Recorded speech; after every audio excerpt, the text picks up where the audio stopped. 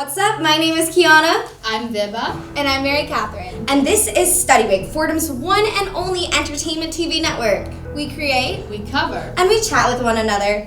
Today we warmly welcome you to our Halloween episode. Fordham of all schools should be getting into the spooky spirit of this season. As many of you know, Fordham is simply one of the most haunted college campuses in America. You'd think that having a bunch of Jesuits running around, we would be safe, right? Absolutely not. Hundreds of years ago, our campus was a hospital. So the rumor is the patients sent past still check up on the students. Yikes. Yeah, I actually heard that there's an underground tunnel system between Finley and Keating that doctors use to transport bodies to and from. And the worst part is, the tunnels are still intact. I wouldn't be caught dead in one of those tunnels this time of the year. It sounds like something right out of a horror movie. Well, actually, a few scenes of The Exorcist was filmed right here in Gabelli. Oh my gosh. In the Gabelli Hughes Hall. I can never go to Hughes again. Well, speaking of which, that brings me to a little story that we've prepared for you guys.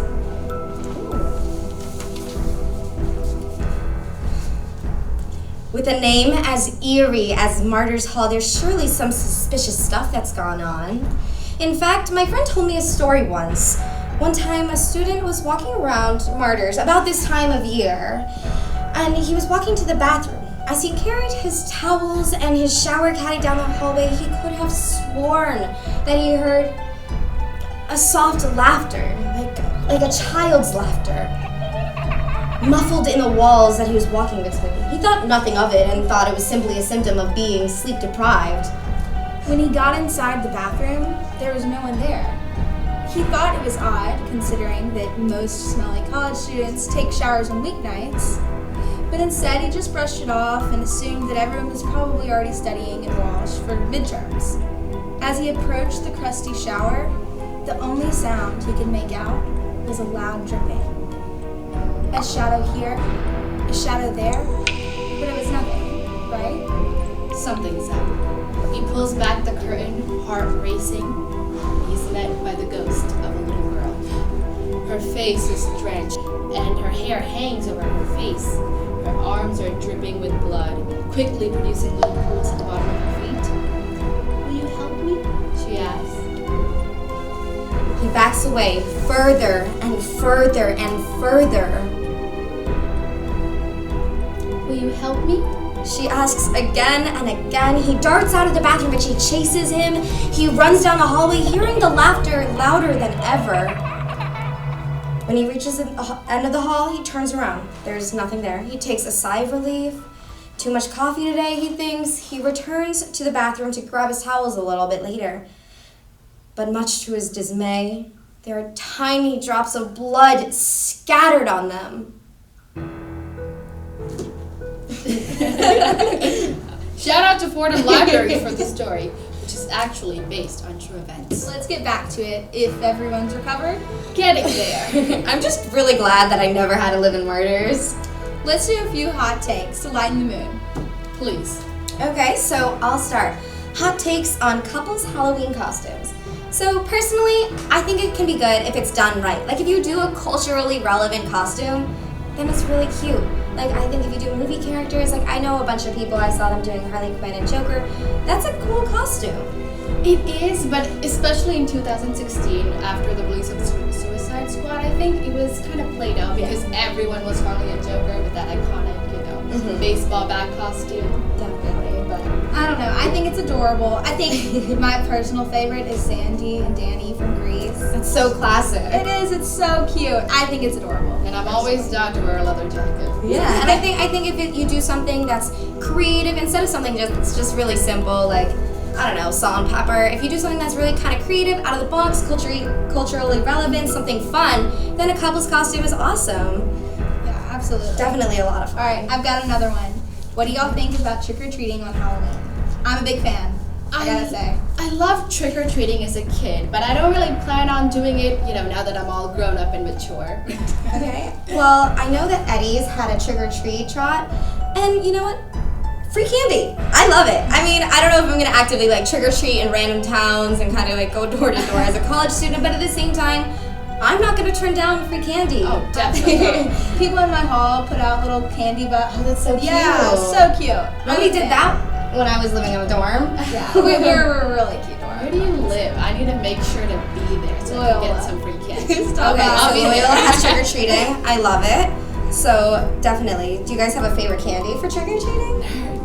Nerds. Hot take. Oh. I like Twizzlers. Twizzlers? Those are good. I personally, I like chocolate. I like Twix. Kit Kats too. So I'm definitely going to try to get some nice candies for trick-or-treating, but hopefully the trick-or-treat-tron has good candies. Alright, well, I have another topic for you guys. Okay. Dressing up as a cat. Alright, so personally, I'm a cat person and I love cats, and I plan on becoming an old cat lady when I grow up. However, I don't like dressing up as a cat during Halloween because it feels so like unoriginal and it's uninspired if you don't do it right. I think that's true. I gotta defend it. My roommate was a cat and she looked adorable. I think if you put the effort in, then it works. But you just can't put on the hair. Yeah, definitely. I think if you just slap on a pair of cat ears and you're like, this is a Halloween costume, it's a little overdone, it's a little unoriginal, but I'm also the kind of person who loves Halloween, and I really just I want to jump in, I want to find a creative costume, I want to do something fun, so I think kind of slapping on a pair of cat ears, you're not taking advantage of how fun Halloween is. It's the one night of the year that you get to go absolutely It could be crazy. anything. Yeah. Exactly. That being said, I will say, It can be cute. it can be cute, and I think if you're not going to dress up, I'd rather you put on ears than just fiddle. But who's not going to dress up? I love Halloween. Okay, but for our final hot take, so Hitchcock movies, I think, are iconic, classic Halloween movies, and Hitchcock, I think he really paved a way for horror movies today, because back then they were kind of seen as cheesy. I mean, sometimes they still are, but Hitchcock was the first person who really made them critically renowned and like Oscar-winning films, and they were really a big deal. And to this day, they're still spooky.